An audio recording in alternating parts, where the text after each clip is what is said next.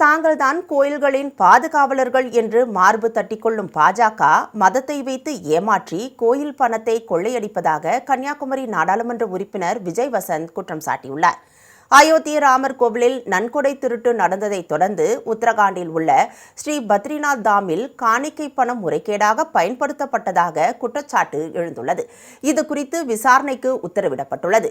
இது தொடர்பான செய்தியை தனது எக்ஸ் தளத்தில் பகிர்ந்துள்ள கன்னியாகுமரி நாடாளுமன்ற உறுப்பினர் விஜய் வசந்த், தாங்கள்தான் கோயில்களின் காவலர்கள் என்று மார்பு தட்டிக்கொள்ளும் பாஜக அதே கோயில்களையே திட்டமிட்டு கொள்ளையடித்து வருவதாக குற்றம் சாட்டியுள்ளார். தீவிர பக்தி உணர்வோடு பக்தர்கள் செலுத்தும் காணிக்கை பணத்தை கூட சுருட்டுவதற்கு அவர்கள் சிறிதும் தயங்குவதில்லை என குறிப்பிட்டுள்ளார். இத்தகைய முறைகேடுகள் குறித்து ஒரு நேர்மையான மற்றும் சுதந்திரமான விசாரணை நடத்தப்பட்டால் வெளிவரக்கூடிய இந்த ஊழலின் பிரம்மாண்ட அளவு ஒட்டுமொத்த தேசத்தையே உலுக்கி பெரும் அதிர்ச்சிக்குள்ளாக்கும் என்றும் தெரிவித்துள்ளார்.